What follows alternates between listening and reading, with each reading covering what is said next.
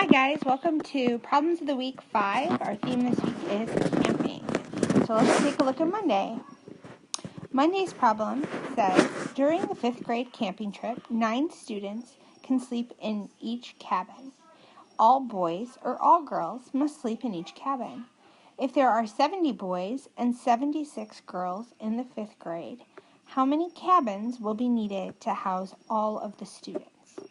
All right, so there's kind of actually 2 different ways I can solve this problem. I know we're dealing with boys and girls, so I could mathematically calculate how many cabins for boys and then calculate how many cabins for girls, and then add them together. That's absolutely one way that I could figure out how to solve the problem. But another way would simply be, since we look at the fact that I need all of the students, how many cabins for all the students anyways, why don't I just figure out boys and girls together, how many cabins I'll need for them. So let's go that route and let's see where it takes us. So I hope you have your POW in front of you and a pencil and also a calculator or maybe a multiplication table in case we need it. Alright, so there's 70 boys and 76 girls. Alright, so first of all, I want to know how many students I'm dealing with all together. So hopefully you recognize by needing to know all the students, I'm going to need to add those numbers. So let's go ahead first and let's start by finding out how many kids all together I have. Okay, so I see that I've got 146 students. Now, that's not my answer, of course, because that's how many students I have, and I need to know how many cabins I'll need. So let's go back to the problem here. It says in the problem that the cabins can fit 9 students. So I know I have 146 kids, okay?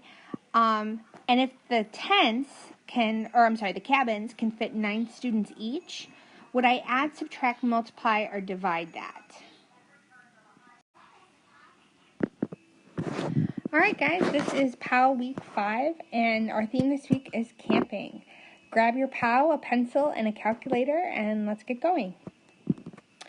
Alright, here's Monday's problem. During the 5th grade camping trip, 9 students can sleep in each cabin. All boys or all girls must sleep in each cabin. If there are 70 boys and 76 girls in 5th grade, how many cabins will be needed to house all of the students? Alright, so for this type of problem, there's actually 2 ways I could go about solving it. I could sit and I could calculate boys and figure out how many cabins they would need, and then I could calculate girls and figure out how many cabins they would need, and then put them together. But when I look at the problem, the answer says how many cabins will be needed to house all the students. So since I'm calculating all the students anyways, I'm thinking, why don't we just put the boys and girls together and calculate the number, especially since whether you're a boy or a girl, 9 students are going to fit in that cabin anyway. So let's give that a try. So let's find that total number of students. So I've got 70 boys, 76 girls. Go ahead and calculate that.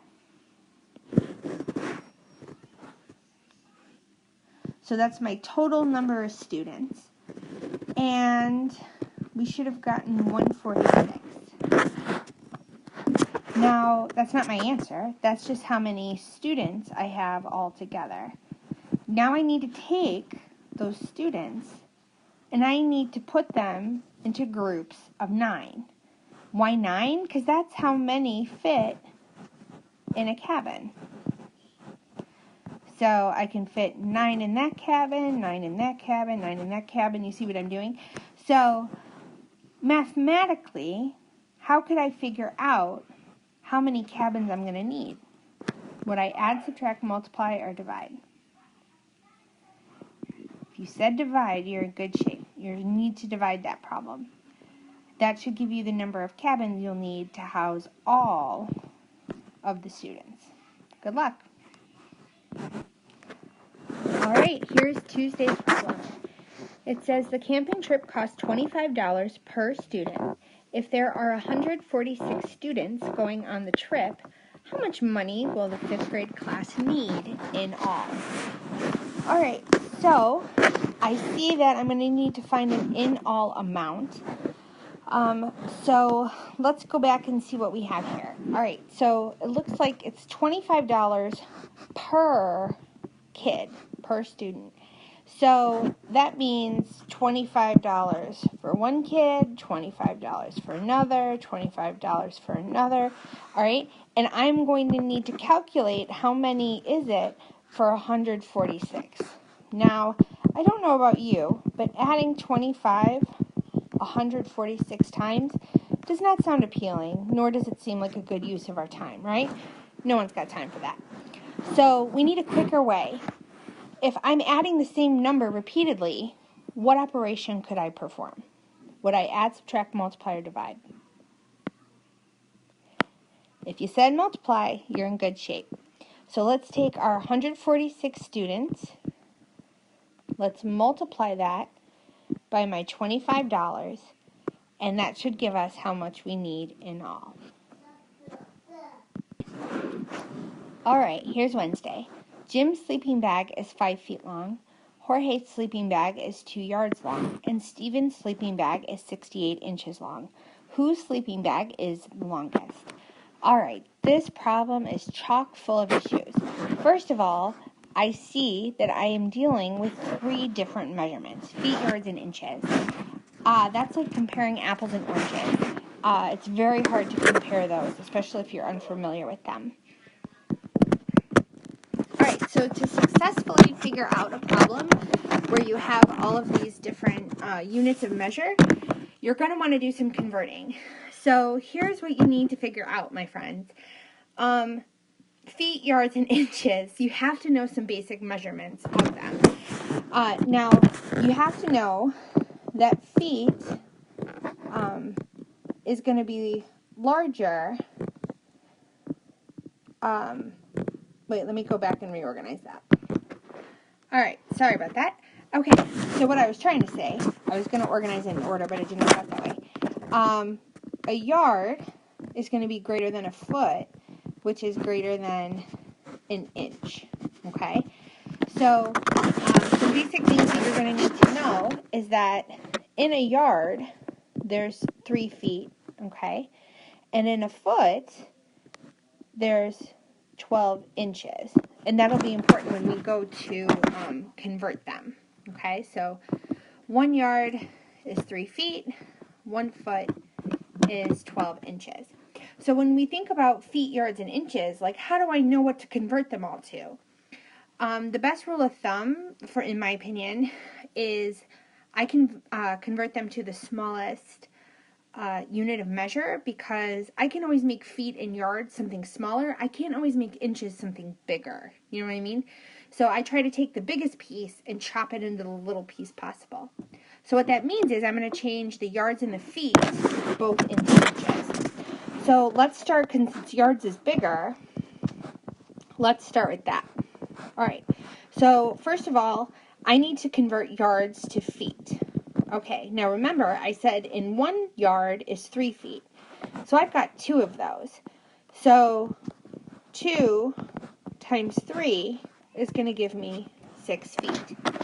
But I'm not done yet, because I then want to take those feet and convert them to inches. Now remember, 1 foot is 12 inches. I have 6. So 6 times 12 will give me how many inches Jorge's sleeping bag is. So go ahead and calculate that. You can also pause the video if you need to. Okay, now let's go back to Jim's sleeping bag. Jim's sleeping bag was 5 feet long. Okay, but I want to convert that into inches. Okay, so remember, 1 foot was 12 inches. I have 5. So 5 times 12, go ahead and calculate that. And that's going to tell me Jim's. Now, real quick, I'm going to go back, and I'm just going to label these so I don't lose track of who's who. So that's Jorge's. Notice I'm color coding here. Let's see. This one was Jim's. And then over here, the last one, Steven's. Okay. Steven's was already in inches. So my friends, we know Steven's is 68. Hopefully you calculated Jorge's. Hopefully you calculated Jim's. So now all you need to answer is whose turns out to be the longest. And so you should have a name for your answer. Good luck.